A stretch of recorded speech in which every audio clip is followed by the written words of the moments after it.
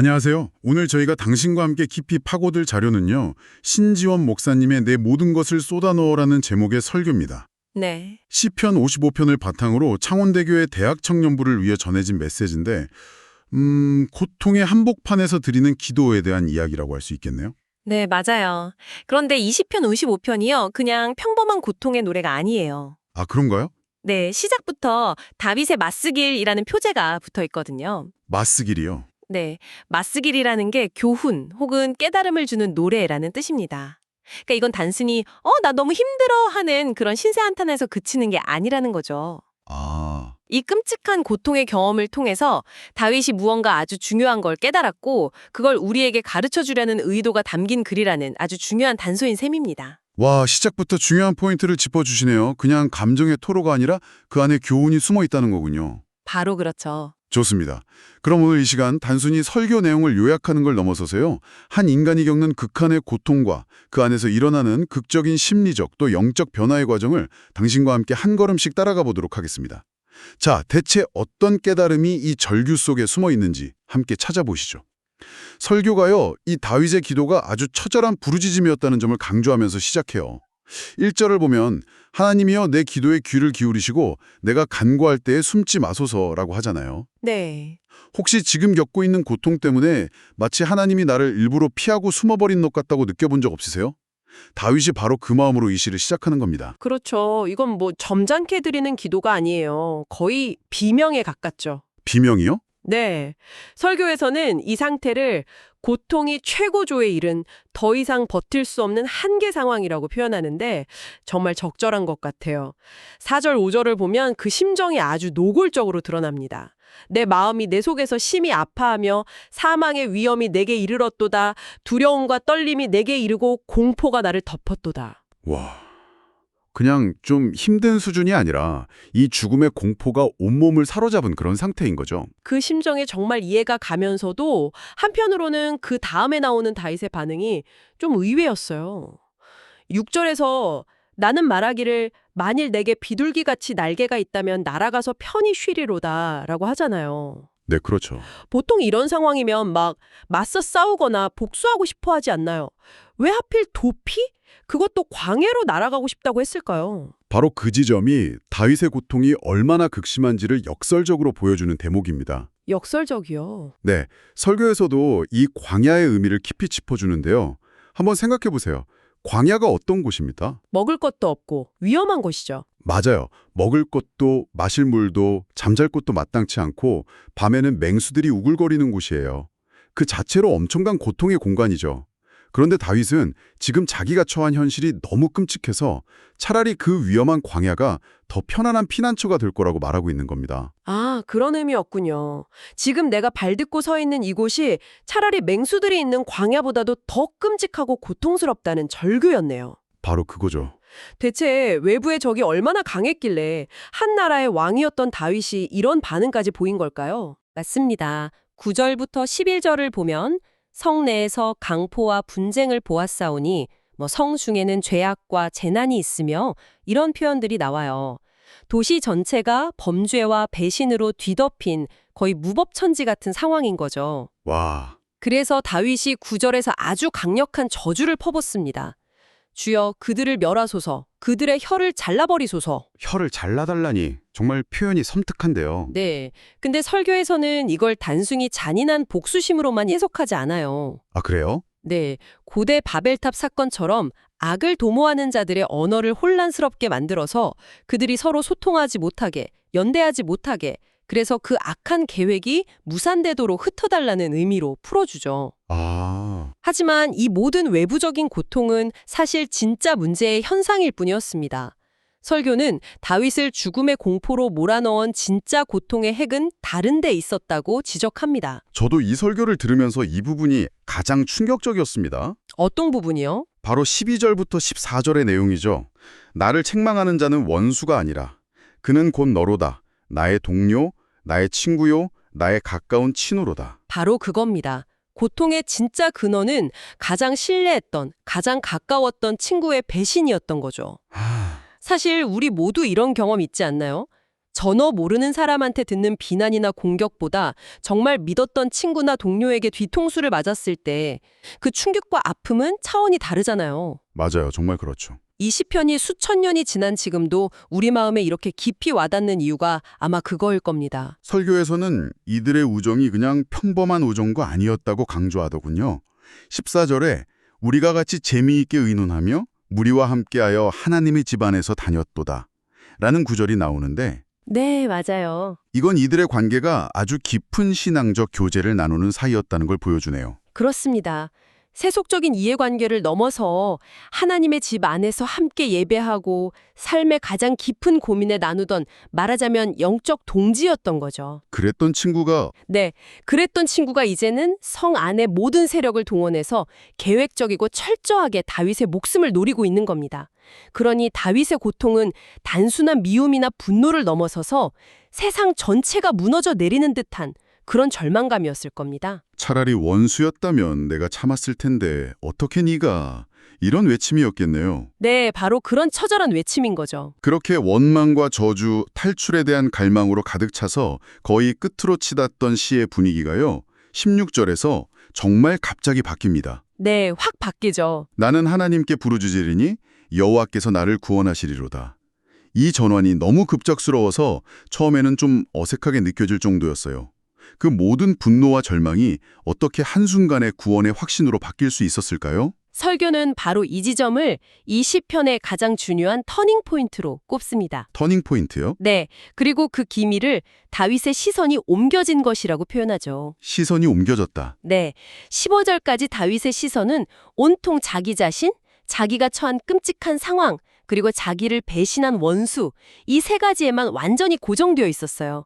그런데 16절을 기점으로 그 시선이 비로소 하나님께로 향하기 시작했다는 겁니다. 상황이 바뀐 게 아니라 그의 시선, 즉 관점이 바뀐 거군요. 맞습니다. 마치 폭풍우가 몰아치던 바다가 잠잠해지는 듯한 이미지로 묘사하는데요. 그런데 이게 무슨 마법 스위치처럼 한순간에 감정이 딱 정리되는 건 아닌 것 같아요. 그렇죠. 당연하죠.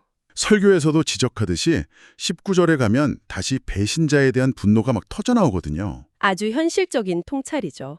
우리의 감정이 그렇게 쉽게 정리되지 않잖아요. 맞아요. 설교에서는 이 과정을 감정의 그래프에 비유합니다. 처음에는 분노와 평안 사이를 아주 큰 진폭으로 오가면서 요동치다가 하나님을 계속 바라보면서 그 진폭이 점차 줄어들고 마침내 완전한 평안에 이르게 된다는 거죠. 진폭이 줄어드는 과정. 네. 그리고 그 최종 도착지가 바로 22절. 네 짐을 여호와께 맡기라. 그가 너를 붙드시고 의인의 요동함을 영원히 허락하지 아니하시리로다. 는 구절입니다. 내 짐을 여호와께 맡기라. 결국 이 구절에 이르러서야 다윗이 완전한 샬롬, 즉 평안을 경험하게 되었다는 거군요. 그렇습니다. 주변 상황은 하나도 변하지 않았는데 말이죠. 배신한 친구는 여전히 그를 죽이려 하고 성은 여전히 혼란스러운데. 맞습니다. 하지만 그의 내면은 완전히 변화한 것입니다. 이것이 바로 신앙의 신비고 시편 55편이 우리에게 가르쳐주는 아주 중요한 교훈이죠. 자, 그렇다면 이 모든 극적인 변화를 가능하게 한 핵심 열쇠는 무엇이었을까요? 어떻게 다윗은 그토록 자신을 올가매던 문제와 원수에게서 하나님께로 시선을 옮길 수 있었을까요? 설교의 제목에 그 답이 담겨 있습니다. 바로 자신의 모든 것을 하나님께 쏟아놓는 것입니다. 쏟아놓는 것. 네, 이 지점에서 설교가 주는 통찰이 정말 강력합니다. 우리는 보통 1절부터 15절까지의 내용은 문제 상황에 대한 묘사고 16절부터가 진짜 기도라고 생각하기 쉽잖아요. 네, 저도 그렇게 생각했어요. 하지만 설교는 그게 아니라고 말합니다. 1절부터 15절까지 다윗이 했던 그 모든 행위, 즉 자신의 고통과 분노, 두려움을 토로하고 심지어 원수를 향해 혀를 잘라달라 산채로 지옥에 내려가게 해달라고 외쳤던 그 충격적인 저주까지도요. 네. 전부 다 하나님 앞에 쏟아놓는 과정이었다고 분석합니다. 와, 그 관점의 전환이 정말 놀랍네요. 우리가 보기에는 더럽고 추악하고 기도라고 부르기 민망한 그 감정의 배설물들조차도 사실은 하나님께 드리는 기도의 일부였다는 거군요. 정확합니다. 그리고 바로 그 쏟아놓음의 과정을 통해서 역설적으로 그의 시선이 하나님께로 옮겨지고 평안을 얻게 되었다는 겁니다. 여기서 쏟아놓는다는 개념이 심리학에서 말하는 카타르시스와 비슷해 보일 수 있지만 결정적인 차이가 있어요. 어떤 차이죠? 카타르시스는 감정을 그냥 비워내는 것 자체의 목적이 있다면 다윗의 행위는 그 대상을 하나님으로 명확히 지정한다는 점에서 철저히 관계적인 행위라는 겁니다. 아, 그냥 허공에다 소리치는 분노 표출이 아니라 신뢰하는 대상에게 나의 가장 부끄럽고 어두운 밑바닥까지 전부 다 드러내는 관계의 과정이라는 말씀이시군요. 네, 맞습니다. 하지만 한편으로는 이런 생각이 들어요. 그렇게 끔찍한 저주와 분노를 하나님 앞에 그대로 쏟아놓는 게 과연 옳은 일일까? 그게 죄가 되지는 않을까 하는 두려움이요. 설교는 바로 그 지점을 파고듭니다. 다윗의 그 끔찍한 저주가 기도에서 끝났다는 점을 기억해야 한다고 강조하죠. 아, 기도에서 끝났다. 네. 그댄 실제로 친구를 찾아가 복수하거나 사람들을 선동하지 않았습니다. 그 모든 살해와 분노를 행동으로 옮기지 않고 하나님 앞에 남김없이 쏟아놓았습니다. 그러자 어떤 일이 일어났을까요? 어떤 일이요? 하나님께서 오히려 그 죄를 지우려는 마음을 다잡아 주시고 미움과 분노가 있던 자리에 용서와 평안을 채워주셨다는 겁니다. 이것이 바로 쏟아놓는 기도의 능력입니다. 듣고 보니 예수님의 겟세마네 기도가 떠오르네요. 설교에서도 같은 원리로 설명하더군요. 아버지여, 만일 할만하시거든 이 잔을 내게서 지나가게 하옵소서 라는 그 기도가요. 네. 바로 예수님께서 자신의 인간적인 두려움과 고통을 정직하게 쏟아놓는 기도였고 그 과정을 거친 후에야 비로소 그러나 나의 원대로 마시옵고 아버지의 원대로 하옵소서라며 순종으로 나아갈 힘을 얻으셨다는 해석이 정말 인상 깊었습니다. 맞습니다. 정직한 쏟아놓음이 선행되지 않으면 진정한 순종으로 나아가기 어렵다는 거죠.